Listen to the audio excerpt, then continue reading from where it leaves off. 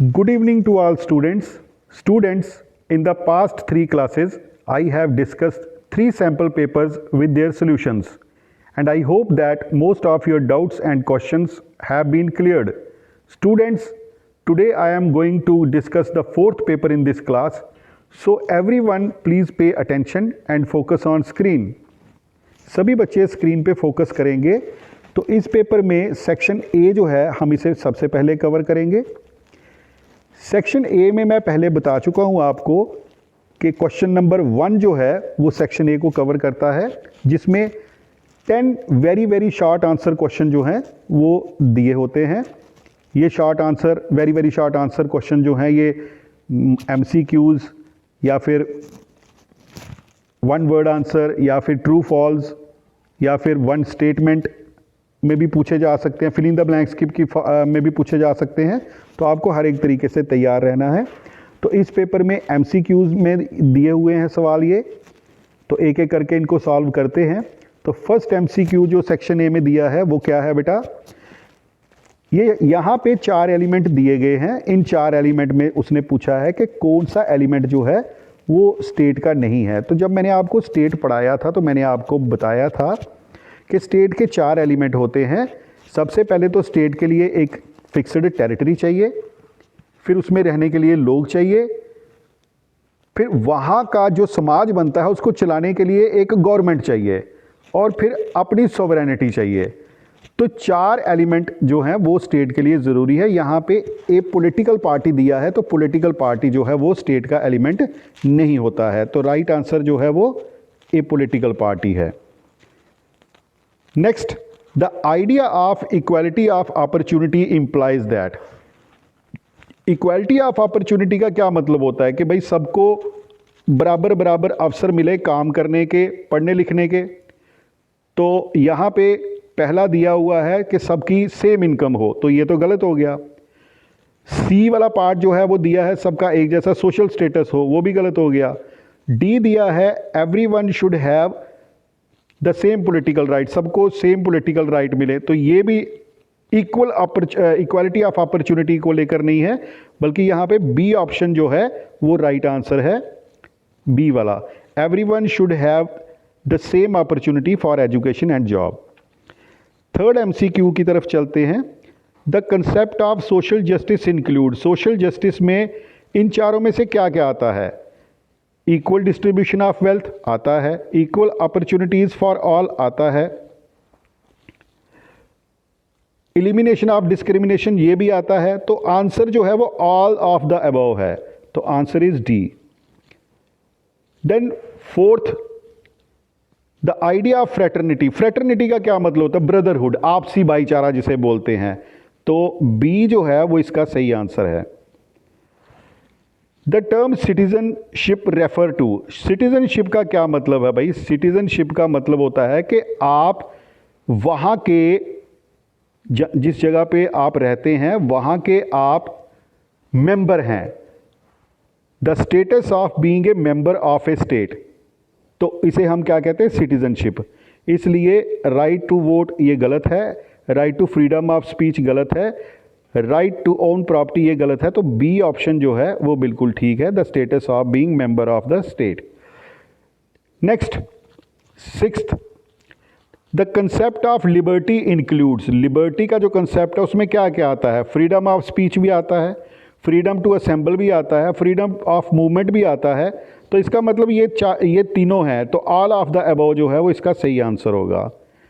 Next, the term democracy comes from which language. किस language से democracy शब्द को लाया गया है? तो डेमोक्रेसी शब्द जो है वो ग्रीक भाषा में डेमोज वर्ड से लाया गया है, जिसका मतलब होता है पीपल, लोग। तो answer is Greek. Eighth part, in which part of the constitution the concept of fundamental right is given. तो पार्ट थर्ड ये तो आपने बड़ी बार पढ़ा है, तो बी ऑप्शन जो है वो is the right answer. The concept of political participation refer to. Political participation का मतलब क्या है? Act of voting in election, बिल्कुल वोट देना पॉलिटिकल पार्टिसिपेशन होता है। The act of running for political office, ये भी पॉलिटिकल पार्टिसिपेशन होता है। The act of engaging in political activity, ये भी पॉलिटिकल पार्टिसिपेशन होता है। तो आंसर क्या है?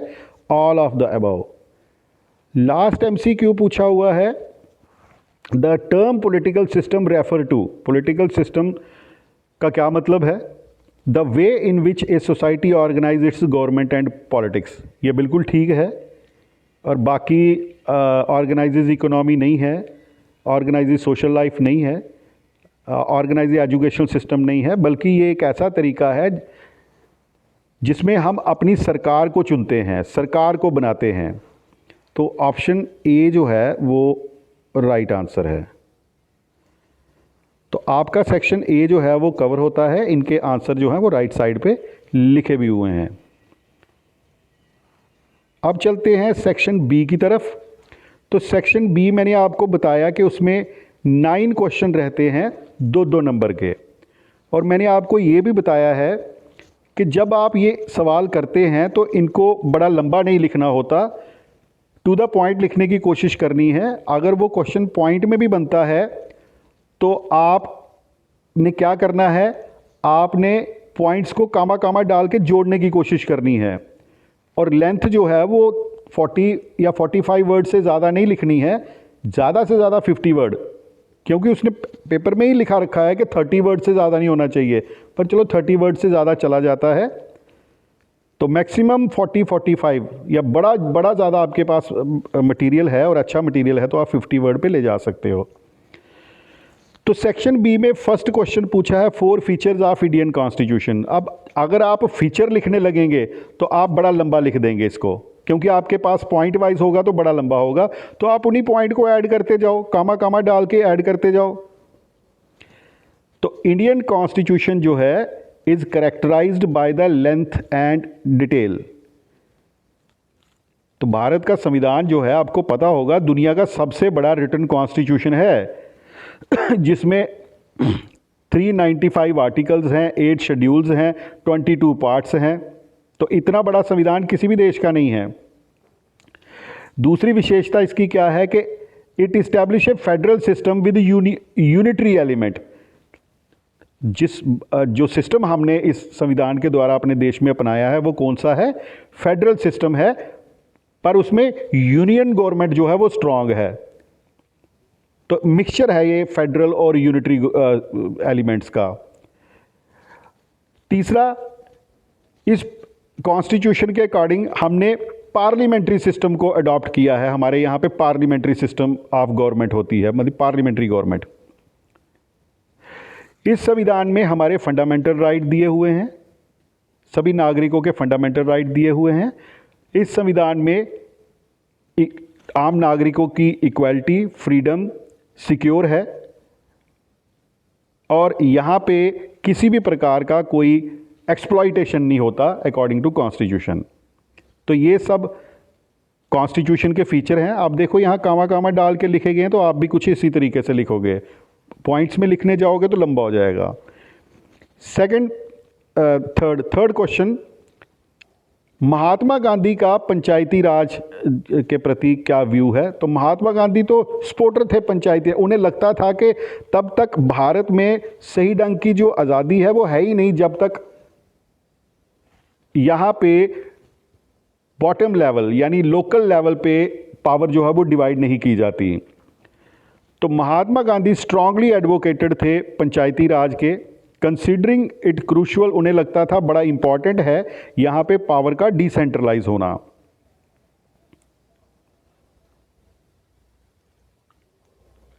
ग्रास रूट लेवल पे पावर जो है वो आना बड़ा ज़रूरी है। ही बिलीव्ड, उनका ऐसा मानना था कि ये बड़ा ज़रूरी है हमारे लोकतंत्र के लिए भी। अगर हम चाहते हैं हमारी जो डेमोक्रेसी है वो सही ढंग से काम करे तो बड़ा ज़रूरी है लोगों की अपनी सरकार होनी चाहिए। तो लोगों की अपनी सरकार जो है वो रूट लेवल पर अगर बनाएंगे तो लोकल गवर्नमेंट बनेगी। महात्मा गांधी का ऐसा मानना था कि जो लोकल लोग हैं उनकी लोकल लेवल की समस्याएं लोकल लेवल पे ही हल हो जानी चाहिए।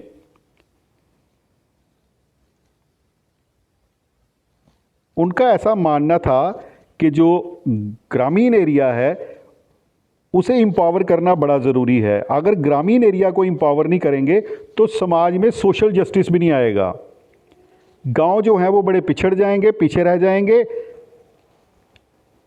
और शहर जो हैं वो आगे निकल जाएंगे। तो उन्हें लगता था कि सोशल जस्टिस को प्रमोट करने के लिए भी पावर का इस तरीके से डिसेंट्रलाइज होना ज़रूरी है।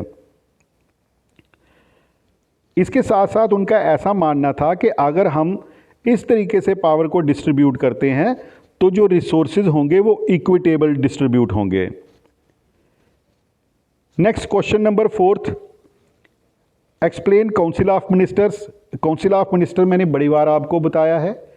काउंसिल ऑफ मिनिस्टर में जो सीनियर ऑफिशियल्स होते हैं उनको मिलाया जाता है, यानी कि जो टॉप लेवल के जो एग्जीक्यूटिव होते हैं ये उनका होता है। अगर हम पार्लियामेंट की बात करें तो वहां पे जो मंत्रिमंडल होता है वो सारा काउंसिल ऑफ मिनिस्टर होता है, क्योंकि जितने भी प्रोग्राम पॉलिसीज लेजिस्लेचर बनाता है उन्हें एग्जीक्यूट करने की जिम्मेवारी किसको दी जाती है? इसी काउंसिल ऑफ मिनिस्टर को दी जाती है। और इस काउंसिल ऑफ मिनिस्टर की कलेक्टिव रिस्पॉन्सिबिलिटी बनती है कि वो जो काम उन्हें मिला है उसे पूरा करे, और इनकी बराबर की अकाउंटेबिलिटी भी होती है। ऐसा नहीं है कि ये उसने नहीं किया तो मेरा क्या कसूर। भाई अगर उसने नहीं किया तो आपका भी कसूर, क्योंकि वो आप ही की टीम का मेंबर है, आप ही की तरफ से वो मंत्री है, तो इसलिए आपकी भी बराबर रिस्पॉन्सिबिलिटी बनती है। काउंसिल ऑफ मिनिस्टर में 3 प्रकार के मंत्री रहते हैं। सबसे पहले कैबिनेट मिनिस्टर होते हैं जो बड़े इंपॉर्टेंट टाइप के मिनिस्टर होते हैं, और मंत्रिमंडल की हर एक बैठक में, हर एक मीटिंग में उनका प्रेजेंट होना ज़रूरी होता है। जैसे भारत की बात करें तो आप देखते हो finance minister, home minister, prime minister, ये बड़े इंपॉर्टेंट टाइप के मिनिस्टर होते हैं। तो इस तरीके के जो इंपॉर्टेंट मिनिस्टर हैं वो कैबिनेट होती है। देन इसके बाद डिफेंस मिनिस्टर भी बड़े इंपॉर्टेंट है। फिर उसके बाद दूसरे जो मिनिस्टर होते हैं वो होते हैं मिनिस्टर्स ऑफ स्टेट। राज्यों के लिए एक मंत्री बनाया होता है। और फिर उसके बाद तीसरी कैटेगरी जो है वो असिस्टेंट मिनिस्टर्स की है, कि अगर किसी मंत्री के पास काम ज़्यादा है तो उसे काम करने के लिए एक असिस्टेंट मिनिस्टर दिया जाता है, या फिर कोई मंत्री नहीं आया है तो उसकी जगह पे कोई काम करने के लिए भी होना चाहिए, तो वहाँ पे असिस्टेंट मिनिस्टर अपनी भूमिका निभाता है। तो अगर आप इतना मटेरियल लिख के आ जाओगे तो आपको 2 नंबर मिल जाएंगे। Next, natural equality. Natural equality जो है इसका मतलब है कि सभी इंडिविजुअल जो हैं वो इन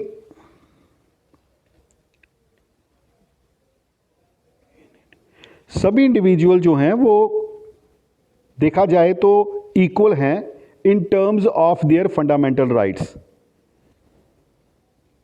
उनके पास जो फंडामेंटल राइट हैं वो सबके पास इक्वल हैं, एंड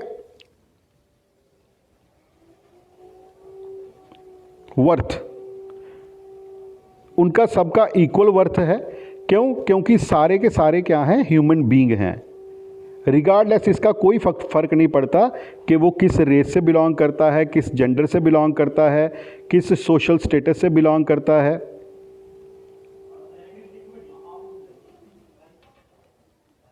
तो सभी लोगों को एक समान समझा जाए, सभी लोगों को ह्यूमन राइट्स दिए जाएं, सबके साथ एक जैसा ट्रीटमेंट हो, सबके लिए लॉ जो है उनकी एक जैसी प्रोटेक्शन करे। तो ये वाले लिख के आ जाएंगे तो 2 नंबर मिल जाएंगे। उसके बाद प्रोटेक्टिव डिस्क्रिमिनेशन, क्वेश्चन नंबर 6 पे चलिए। तो प्रोटेक्टिव डिस्क्रिमिनेशन को पॉजिटिव डिस्क्रिमिनेशन भी कहते हैं या फिर एफर्मेटिव एक्शन भी कहते हैं। अब इसको आप इस तरीके से समझ लीजिए कि ये है तो डिस्क्रिमिनेशन, पर ये ज़रूरी है। समाज में कुछ पिछड़े वर्ग होते हैं या कुछ माइनॉरिटीज़ होती हैं, कुछ डिसएडवांटेज्ड सेक्शंस होती हैं, उनको बाकियों से ज़्यादा अधिकार देने पड़ते हैं ताकि समाज में जो जस्टिस है वो बना रहे।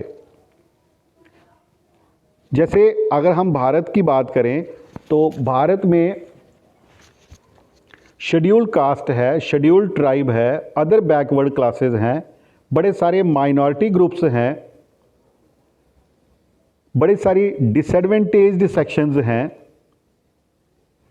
जिनको कुछ एक्स्ट्रा बेनिफिट दिए जाते हैं, जैसे रिजर्वेशन दिया जाता है जॉब्स में या फिर एजुकेशनल इंस्टीट्यूशंस में,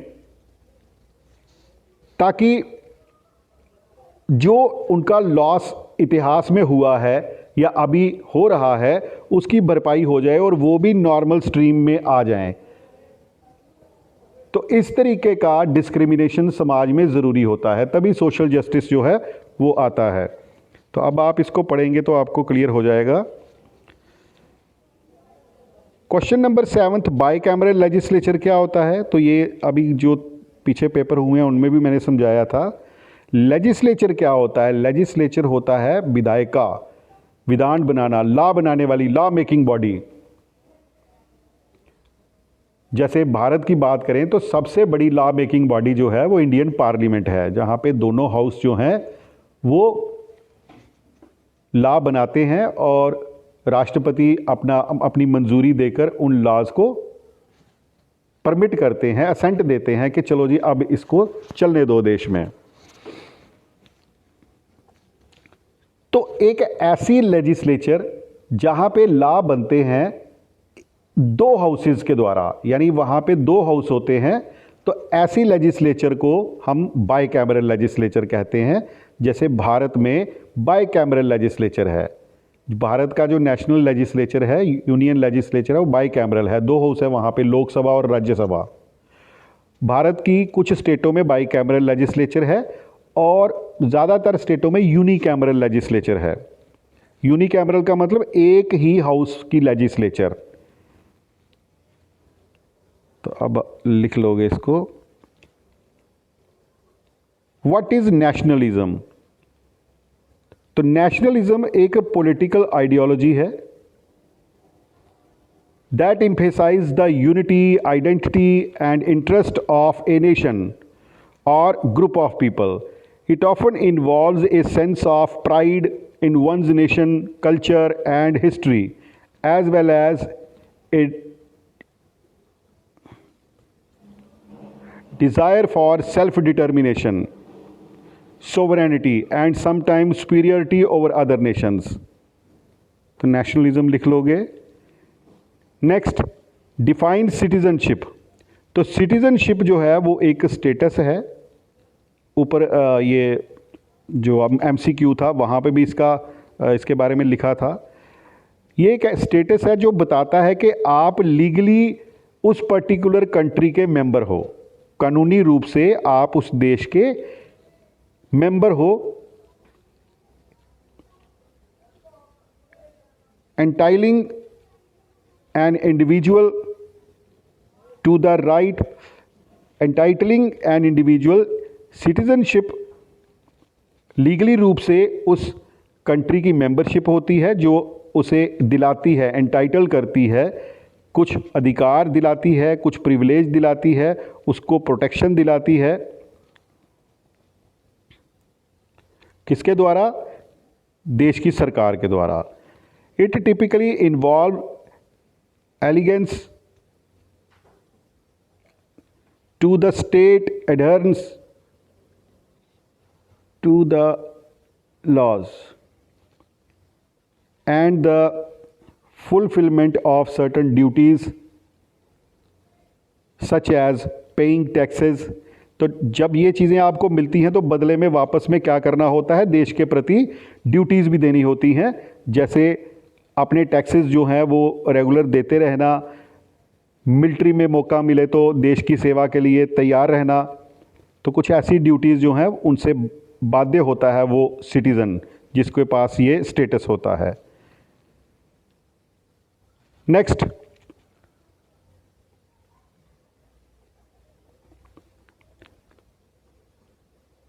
what do you mean by absolute liberty? Absolute liberty मैंने आपको बताया था कि एब्सोल्यूट लिबर्टी का मतलब होता है लिबर्टी विदाउट रिस्ट्रेंट्स, एक ऐसी लिबर्टी जिसके ऊपर कोई प्रतिबंध ना हो। जैसे आपका मन कर रहा है कि मुझे जिम में जाना है, मुझे सेहत बनानी है, तो ठीक है जी, आपको छूट है, आप अपनी बॉडी को बिल्ड करें, जिम में जाइए। फिर दूसरी बार आपका मन कर रहा है कि अब तो हमारी बॉडी बिल्डअप हो गई है, अब हमें लड़ना चाहिए क्योंकि हम जीत जाएंगे। तो अगर इसकी भी आपको परमिशन दे दी जाती है तो ये एब्सोल्यूट लिबर्टी है, पर ऐसा होता नहीं है। समाज में रहने का ये नियम नहीं है। एब्सोल्यूट लिबर्टी का मतलब है कि लिमिटलेस लिबर्टी, कोई नहीं रोकेगा टोकेगा आपको। पर ये नेगेटिव लिबर्टी में कंसीडर की जाती है। ऐसी लिबर्टी जो है वो समाज में पॉसिबल नहीं है, क्योंकि समाज में जितना अधिकार आपका रहने का है उतना दूसरे का भी रहने का है।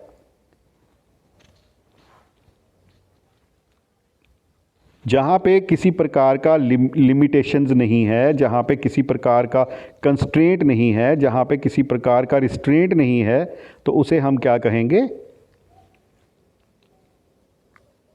Absolute liberty. तो ये आपका बी सेक्शन जो है वो कंप्लीट होता है।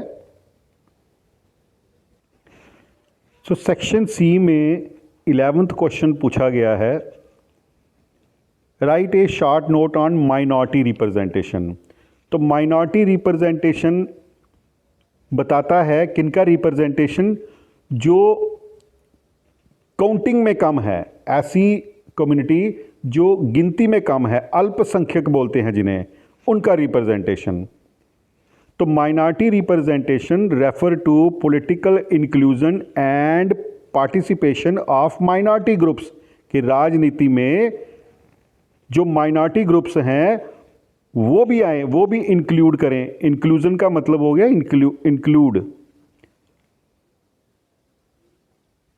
कहाँ गया?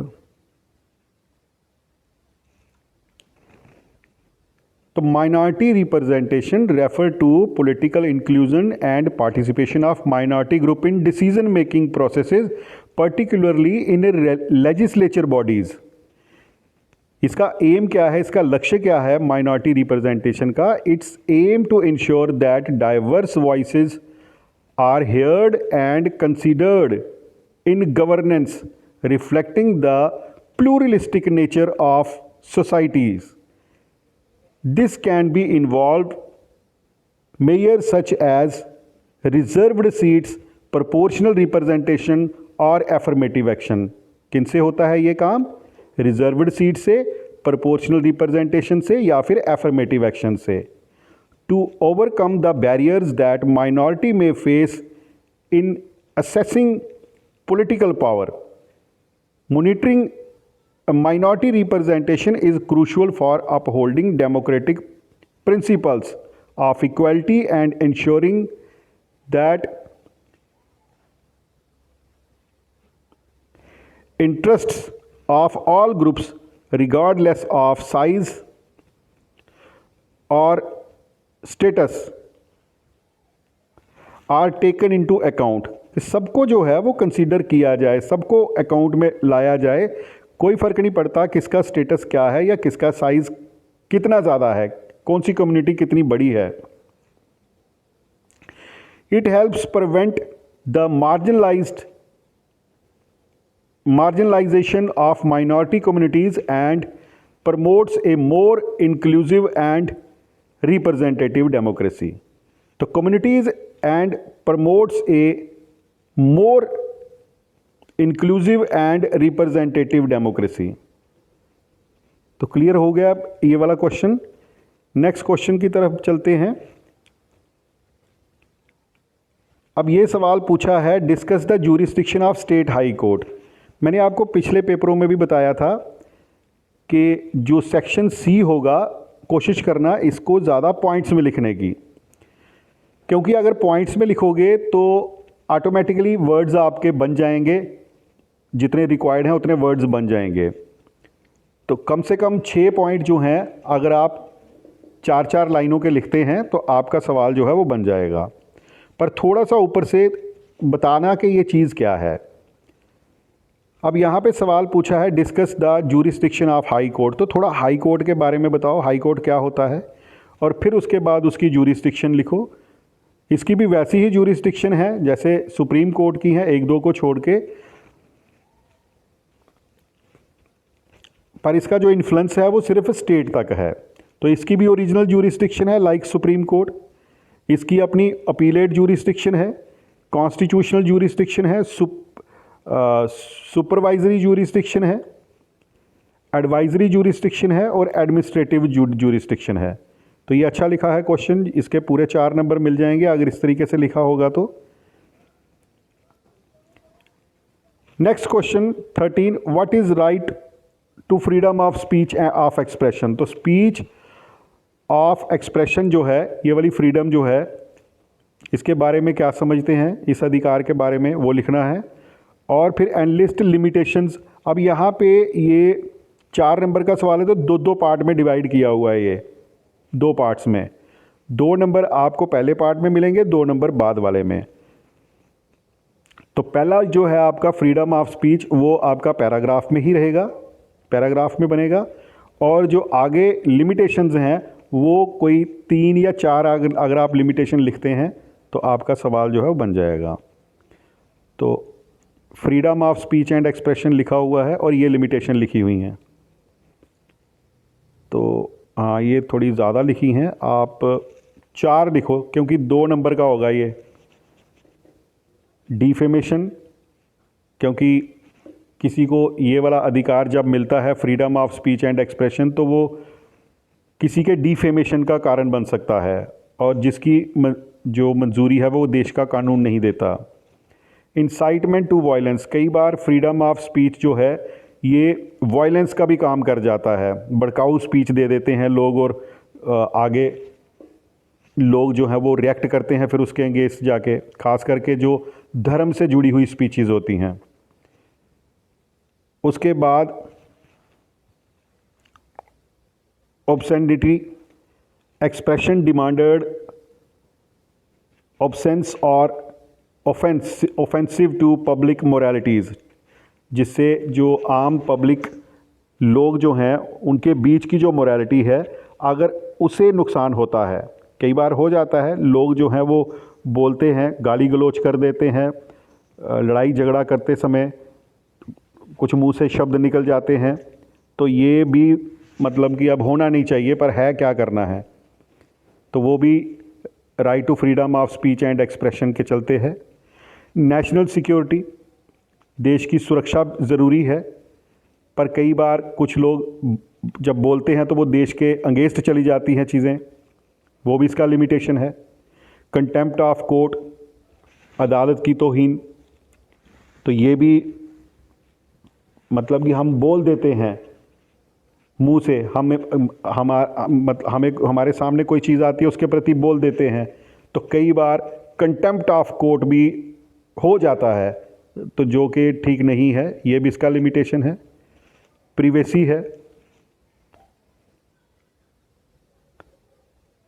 तो लॉज प्रोटेक्ट इंडिविजुअल्स प्रिवेसी, देश का कानून जो है वो आदमी की जो इंडिविजुअल की जो प्रिवेसी है उसको प्रोटेक्ट करता है, पर कई बार right to freedom of speech जो है वो बोल देता है आदमी कुछ ना कुछ, तो आदमी की प्राइवेट लाइफ भी जो है वो ओपन हो जाती है, तो वो चीज़ भी गलत है। ये सारी लिमिटेशन है, तो 6 में से कोई 4 कर लीजिए, आपका क्वेश्चन बन जाएगा। Next question number 14, discuss how the parliament can control and ensure the accountability of the council of minister. तो पार्लियामेंट, ये सवाल है बेसिकली कि पार्लियामेंट एग्जीक्यूटिव को कैसे कंट्रोल करता है।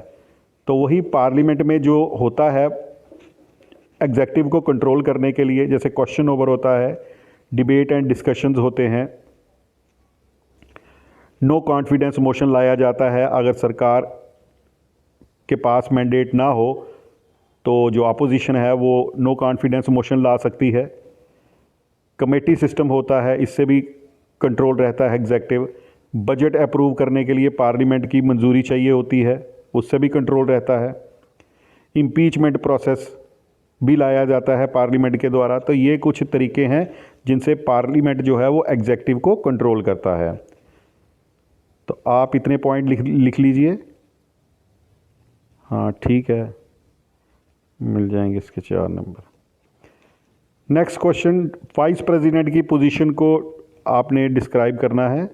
तो वाइस प्रेसिडेंट आपने बड़ी बार लिखा है। वाइस प्रेसिडेंट जो है वो एक्स ऑफिशियो मेंबर होता है, वो प्रिजाइडिंग ऑफिसर होता है राज्यसभा का। उसका इलेक्शन जो है वो प्रोपोर्शनल रिप्रेजेंटेशन मेथड से होता है। इलेक्टोरल कॉलेज उसमें भूमिका निभाता है, इलेक्टोरल कॉलेज। तो ऊपर vice president of India is the second highest, मतलब दूसरे नंबर की पोस्ट है ये। कैन बी जेड, इसको भी इम्पीच किया जा सकता है, इसको भी हटाया जा सकता है अगर ये काम ठीक ढंग से नहीं कर रहा है। ठीक है, इसको इलेक्टोरल कॉलेज इलेक्ट करेगा, दोनों मेंबर ठीक है। फिर presiding officer of casting vote. तो वाइस प्रेसिडेंट जो है assumes the role of president.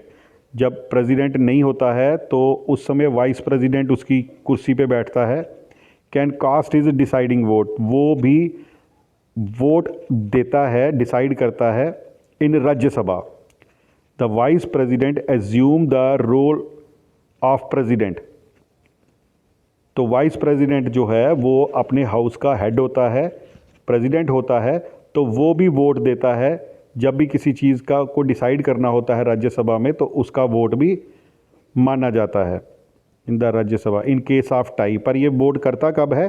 जब राज्यसभा में वोटिंग हो रही है, आधे लोग बोलें ये होना है, आधे लोग बोलें ये नहीं होना है, तो उस समय वाइस प्रेसिडेंट का वोट जो है वो काउंट किया जाता है। फिर सेशन ऑफ द प्रेसिडेंट, राष्ट्रपति का उत्तराधिकारी होता है, मतलब कि राष्ट्रपति की गद्दी अगर खाली है, राष्ट्रपति की चेयर अगर खाली है तो उसके ऊपर वाइस प्रेसिडेंट बैठता है और वो सारे काम करता है जो राष्ट्रपति करता है। और फंक्शंस, वाइस प्रेसिडेंट जो है वो the vice president performed other functions assigned by president और द गवर्नमेंट। सरकार या फिर प्रेसिडेंट कोई काम असाइन करते हैं तो वाइस प्रेसिडेंट उन कामों को भी कामों को पूरा करता है। Next question, and list the fundamental duties of citizen of India. तो नागरिक की फंडामेंटल ड्यूटीज़ क्या हैं? तो संविधान में जो ड्यूटीज़ दी हैं भारत के नागरिक की, मैं यहाँ से पढ़ रहा हूँ, आप ध्यान से सुनिए। मैं भारत का नागरिक, मेरा ये कर्तव्य बनता है कि मैं भारत के संविधान को मानूंगा और इसमें लिखे हुए हर एक आदर्श और हर एक इंस्टीट्यूशंस को रिस्पेक्ट करूंगा। मैं भारत का नागरिक, मेरा ये कर्तव्य है कि मैं उन नोबल आइडियल्स की रिस्पेक्ट करूं, उनको फॉलो करूं, उनको चेरिश करूं, जिन नोबल आइडियल्स पे चल के हमारे जो पूर्वज थे, बुज़ुर्ग जो थे, जिन्होंने फ्रीडम स्ट्रगल किया और देश को आज़ादी दिलाई। मैं भारत का नागरिक, मेरा ये भी कर्तव्य है कि मैं भारत की संप्रभुता, सोवरेनिटी जिसे बोलते हैं, यूनिटी, एकता, इंटीग्रिटी, अखंडता को प्रोटेक्ट करूं, इसको संभालूं। मैं भारत का नागरिक, मेरा यह कर्तव्य बनता है कि मैं देश सेवा के लिए तैयार रहूं। जब भी मेरी सर्विस की ज़रूरत हो, जब भी मुझे कोई बोले कि देश की सेवा के लिए तेरे को ये करना है, तो मैं हमेशा तैयार रहूं। मैं भारत का नागरिक, मेरा ये कर्तव्य है कि मैं भारत के समाज के अंदर हार्मनी को प्रमोट करूं, मेल जोल को प्रमोट करूं और आपसी भाईचारे को बढ़ाऊं। मैं भारत का नागरिक, मेरा ये कर्तव्य बनता है कि मैं इसका जो रिच हेरिटेज है, एक ऐसा ख़जाना जो इसके कंपोजिट कल्चर, मिले जुले कल्चर के रूप में है, मैं उसको प्रिजर्व करूं और उसे और रिच करूं। मैं भारत का नागरिक, मेरा ये कर्तव्य बनता है कि मैं भारत का जितना भी कुदरती वातावरण है, नेचुरल इन्वायरमेंट है, उसको प्रोटेक्ट करूं और उसको इम्प्रूव करूं। मैं भारत का जैसे फॉरेस्ट हो गए, लेक्स हो गए, रिवर्स हो गए, वाइल्ड लाइफ हो गई, मैं भारत का नागरिक, मेरा ये कर्तव्य है कि मैं जनता की जो प्रॉपर्टी है उसकी रक्षा करूं, सेफ गार्ड करूं और किसी प्रकार का वायलेंस ना करूं।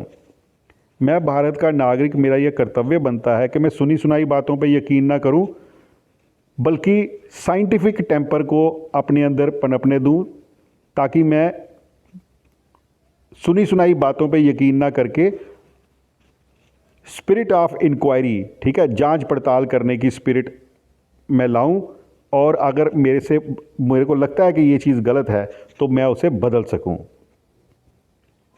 मैं भारत का नागरिक, मेरा ये कर्तव्य है कि मेरे से जो भी बढ़ चढ़कर होता है अपने देश के फ़ायदे के लिए, अगर मैं अकेला कुछ कर सकता हूँ देश की एक्सीलेंस के लिए, कि इसको अच्छे मुकाम पे पहुँचाने के लिए अकेला कुछ कर सकता हूँ, या कोलेक्टिव एक्टिविटी किसी के साथ मिलके कुछ ऐसा करूँ कि देश को मैं बुलंदियों पे ले जाऊँ, तो मुझे उसके लिए भी तैयार रहना चाहिए।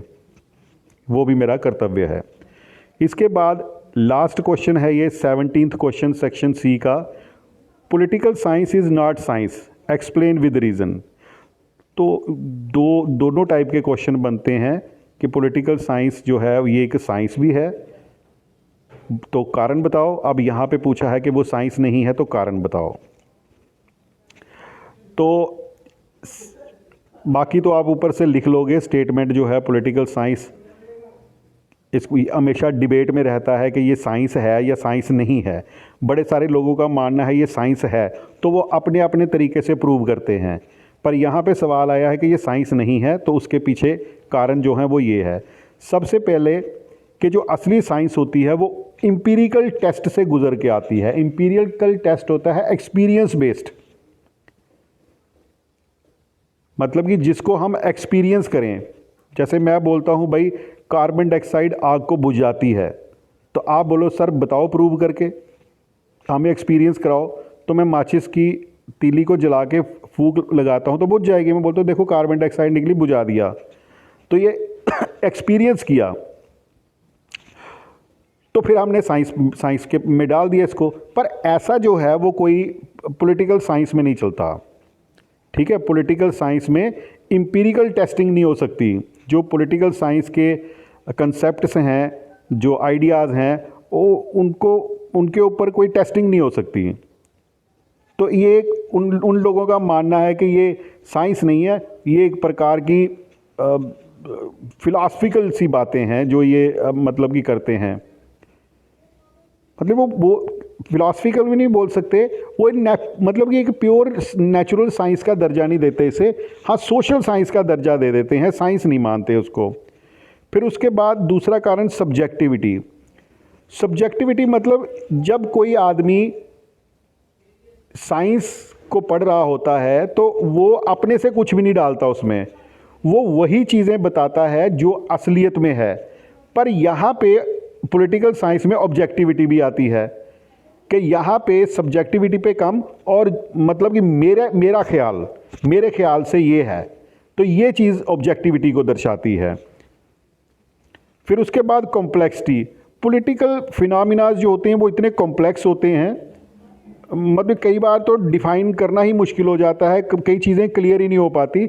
ऐसा दूसरी साइंसेज में नहीं होता। फिर उसके बाद नॉर्मेटिव एस्पेक्ट है। बड़ी सारी चीज़ें पॉलिटिकल साइंस में आप पढ़ते तो हो पर काम में नहीं आती। सिर्फ वो जब तक मतलब आप भी पॉलिटिकल साइंस पढ़ रहे हो, बड़ी सारी चीज़ें आपका जब पेपर हो जाएगा उसके बाद ख़त्म, आपके दिमाग से निकल जाएंगी। तो नॉर्मेटिव एस्पेक्ट भी है इसमें। फिर उसके बाद इंटरडिसिप्लिनरी नेचर है इसकी, मतलब कि आप अकेले तो ये सब्जेक्ट पढ़ ही नहीं ना सकते। जैसे आपको फिज़िक्स पढ़नी है, अकेले फिज़िक्स को पढ़ो, केमिस्ट्री पढ़नी है तो केमिस्ट्री को अकेले पढ़ो, बायो पढ़नी है तो बायो को अकेले पढ़ो। पर पॉलिटिकल साइंस तब तक आपको समझ में नहीं आएगी जब तक आप इसके साथ साथ सोशोलॉजी नहीं पढ़ोगे, जब तक आप इसके साथ फिलॉसफी नहीं पढ़ोगे, जब तक आप इसके साथ साइकोलॉजी नहीं पढ़ोगे, ठीक है। और evolution of theories, political theories जो हैं and concepts can evolve over time based on new ideas and interpretation. मतलब कि जो पॉलिटिकल साइंस के जो थ्योरीज हैं या जो लॉज हैं, जो आइडियाज़ हैं, वो समय समय पर ना बदलते रहते हैं, नए थ्योरिस्ट आ जाते हैं तो वो फिर बदल जाता है। जैसे और दूसरी साइंस से नहीं बदल, जैसे फॉर एग्जांपल धरती में ग्रेविटेशन फोर्स है, प्रूव हो गया, तभी सारी चीज़ें नीचे गिरती हैं। अब ये चेंज नहीं होगा, तो ये साइंस है। पर पॉलिटिकल लॉज जो होते हैं वो कोई आज कुछ और है, कल कोई और आता है, वो और अच्छे तरीके से समझाता है, तो बोलते हैं अच्छा ये सही है, ये गलत है। तो ये कुछ कारण है जिसके आधार पे हम कह सकते हैं कि पॉलिटिकल साइंस जो है वो साइंस नहीं है। इसके बाद है सेक्शन डी। तो सेक्शन डी भी मैंने आपको बता दिया है इसको कैसे करना है, कि अगर तो आपको अच्छे तरीके से नॉलेज है, आपने पढ़ा हुआ है, आप ऑफलाइन ऑनलाइन क्लासेस सारी पढ़ी हुई हैं, तो आप अपनी प्रीवियस नॉलेज के आधार पे आप इन क्वेश्चंस के आंसर दे देंगे। और अगर आपको नहीं आता है तो आप अच्छे से पैसेज पढ़िए, और फिर पैसेज पढ़ने के बाद आप उसके नीचे क्वेश्चन पढ़िए, और जो पैसेज की कुछ लाइनें जो हैं उसके साथ, उस सवाल के साथ मैच करती हैं, तो आप वो यहाँ पे लिख दीजिए। तो पॉलिटिकल, जैसे यहाँ पे क्या लिखा हुआ है, political theory is a branch of social science that deals with study of political ideas, ideologies and concept. It seek understand nature, power, authority, justice, liberty and democracy.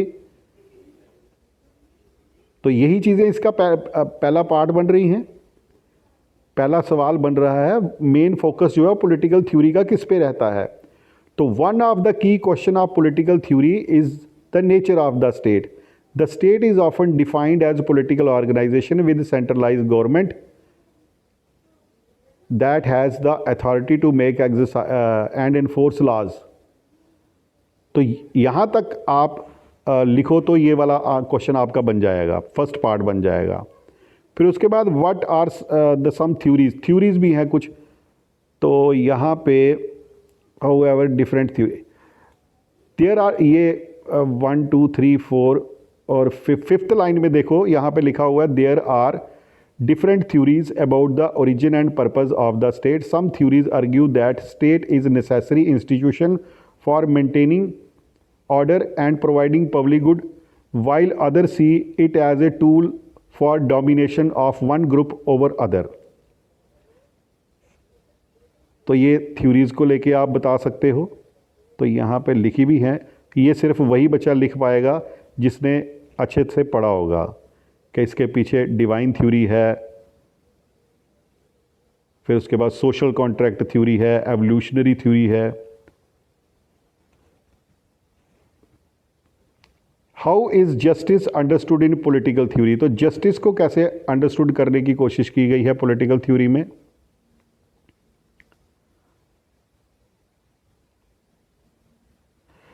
Some theories argue that justice requires equal distribution of sources, while other argues that it requires giving each person what they deserve। तो यहाँ तक इसका answer लिख के आ जाओ आप। तो आपको इसके 4 नंबर जो मैंने आपको अभी पैराग्राफ में निकाल के बताया, तो 4 नंबर मिल जाएंगे। और अगर आपको नॉलेज है तो फिर नॉलेज से लिखिए। देन इसके बाद सेक्शन ई। अब इस क्वेश्चन को ध्यान से समझो कि यहाँ पे सवाल में पूछा है relationship between liberty and authority. तो अब आपके पास सिर्फ लिबर्टी और अथॉरिटी के से जुड़े हुए जो रिलेशन है ना, उनके को लेकर पॉइंट हैं। तो आप इसका इंट्रोडक्शन कैसे बनाओगे। तो आप इसका इंट्रोडक्शन बनाओगे कि आप थोड़ा सा लिबर्टी के बारे में लिखो कि लिबर्टी या फ्रीडम क्या होता है, और फिर अथॉरिटी के बारे में लिखो। जैसे यहाँ पे देखो ध्यान से, यहाँ पे लिखा हुआ है लिबर्टी के बारे में लिखा हुआ है पहले। तो लिबर्टी भी अब आपको आता है, अथॉरिटी भी आता है, और उसके बाद आप रिलेशन जो है वो डिस्कस करना शुरू करो पॉइंट्स में। तो अगर आप इतना इंट्रोडक्शन लिखते हो और फिर उसके बाद बॉडी पोर्शन लिखते हो पॉइंट्स में, तो कम से कम आप 7 या 8 पॉइंट जो हैं वो मेंशन करो। ठीक है, यहाँ पे बैलेंस लिखा हुआ है, प्रोटेक्शन ऑफ राइट्स लिखा हुआ है, limiting authority, social order, mutual dependence, democratic government, rule of law और पब्लिक गुड, कॉन्फ्लिक्ट्स, तो 9 पॉइंट सफिशेंट है, काफ़ी हैं। और फिर उसके बाद इन्हीं में से थोड़ा थोड़ा मटेरियल लिख के या पॉइंट के हेडिंग लिख के तो आप ये कंक्लूज़न बना दीजिए छोटा सा, तो 6 नंबर आपको मिल जाएंगे। इसके बाद क्वेश्चन नंबर 20 है, सरकारिया कमीशन की रिकमेंडेशंस के बारे में पूछा है, सेंटर और स्टेट के रिलेशन को इम्प्रूव करने के लिए। तो यहाँ पे भी देखो, यहाँ पे भी आपको इंट्रोडक्शन ऐसे नहीं मिलेगा, तो आप पहले ये बता दो कि सरकारिया कमीशन क्या था, ठीक है। ये लिखा हुआ है यहाँ पे सरकारिया कमीशन, और फिर उसके बाद कमीशन की रिकमेंडेशन यहाँ से शुरू की गई है। Role of governor, appointment of chief minister, dismissal of state government, governor's discretion, governor discretion आपने शायद नहीं पढ़ा होगा, यहाँ पे बताता हूँ मैं। डिस्क्रिशन का मतलब होता है कुछ ऐसी पावर्स जो जिनके लिए किसी से पूछने की या वो कहीं पे लिखी नहीं होंगी, मतलब ये अपनी मर्जी से काम करने की पावर को डिस्क्रिशन बोलते हैं। हमारे देश में ये पावर जो है डिस्क्रिशनरी पावर्स, ये सबके लिए नहीं है, मतलब सबके लिए संविधान में दी गई हैं पावर्स, पर राष्ट्रपति हो गया या फिर उपराष्ट्रपति हो गया या प्रधानमंत्री हो गया या गवर्नर हो गया, इनके पास कुछ मतलब कि एरियाज़ को लेके डिस्क्रिशनरी पावर्स रहती हैं जहाँ पे ये अपनी मर्जी से काम कर सकते हैं। तो governor discretion, interstate council, financial relation, constitutional provision, administrative relation, 9 point लिखे हैं, 9 पॉइंट के साथ कंक्लूजन दिया है। अच्छा सवाल लिखा है, अच्छा सवाल लिखा है। अगर ये सवाल आता है आपको तो आप इसका ये आंसर लिखो, 6 नंबर जो हैं वो मिल जाएंगे। अब डिस्क्राइब कर लेना इन पॉइंट्स को। देन क्वेश्चन नंबर 21, अब ये बड़ी बार लिख दिया है ये वाला सवाल भी आपने, सेकुलरिज्म क्या होता है और भारत एक सेकुलर स्टेट कैसे है। तो इसमें आप सेकुलरिज्म की डेफिनेशंस को कोट कर सकते हो। सेकुलरिज्म जब लिखोगे तो उसके बाद उसके फीचर्स भी लिखो, थोड़े से फीचर्स भी लिखो, फिर उसके बाद आपका सवाल शुरू होगा कि भारत जो है वो एक सेकुलर स्टेट कैसे है। तो यहाँ पे देखो सेकुलरिज्म लिखा हुआ है, डेफिनेशन वगैरह कोट कर दोगे तो थोड़ा बहुत चल जाएगा। और फिर इंडियन सेकुलरिज्म, ये इंडियन सेकुलरिज्म लिखा हुआ है, बड़ी बार ये सवाल आपने लिखा है। कंक्लूज़न यहाँ पे लिखा है पर छोटा लिखा है, ये कंक्लूज़न तो सिर्फ काम चलाने के लिए लिखा, कंक्लूज़न बना नहीं है। 3-4 लाइनें और लिखो इसमें, तब जाके आपको 6 नंबर मिल जाएंगे। और अब जो इसके आर पार्ट के सवाल हैं उनको देख लेते हैं। आर पार्ट में सवाल पूछा है, पहला, right the right of equality under the following points.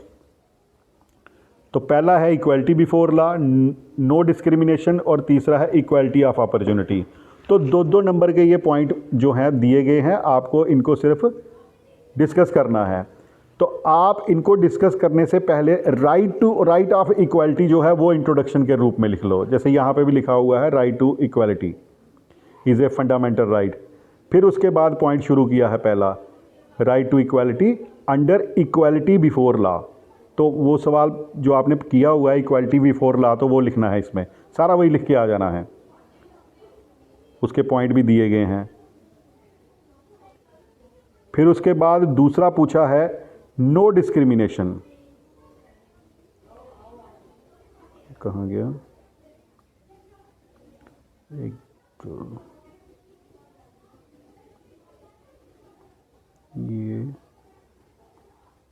ये आ गया, under the right of equality no discrimination. ये यहाँ पे अब दिख नहीं रहा होगा आपको, ये वाला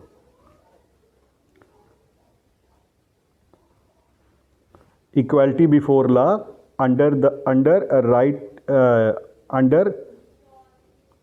नो डिस्क्रिमिनेशन।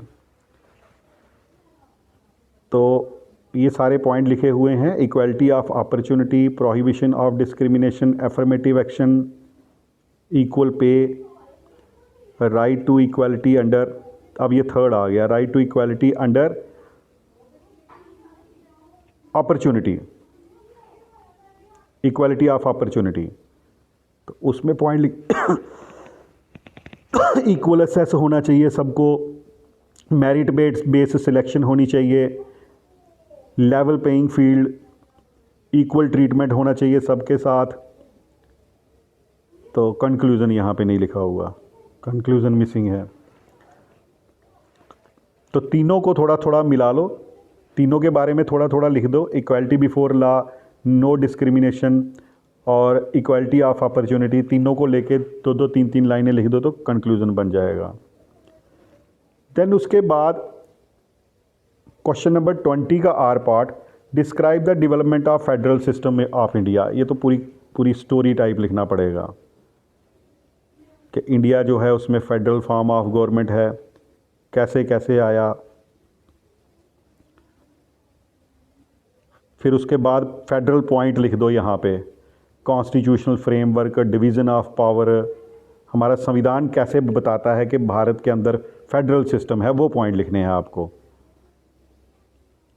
तो उसके बाद सेंटर सुप्रीम कोर्ट का interpretation, emergencies, inter state council, finance commission,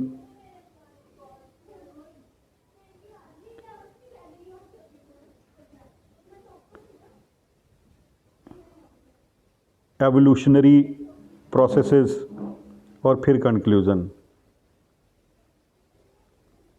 अरे हो क्या रहा है। देन इसके बाद 21st क्वेश्चन का आर पार्ट है, क्रिटिकली एग्जामिन इंडियन सेकुलरिज्म। ये तो ऊपर वाला पार्ट था, व्हाट इज़ सेकुलर, यहाँ पे लिखा हुआ है व्हाट इज़ द सेकुलरिज्म, और यहाँ पे बताया हुआ how India is a secular state. ठीक है, ये 4-5 बार अब आप क्वेश्चन लिख चुके हो ये। तो ठीक है बेटा, मुझे लग रहा है कि अब काफ़ी कुछ क्लियर हो गया, आपको लिखने के बारे में पता चल गया है कि पेपर आप कैसे लिखोगे, कैसे स्टार्ट करोगे, कैसे टाइम का यूटिलाइजेशन करोगे। और मुझे ये भी होप है कि अब आपके मैक्सिमम डाउट जो हैं वो क्लियर हो गए होंगे। Thank you very much, have a nice day to all, thank you very much.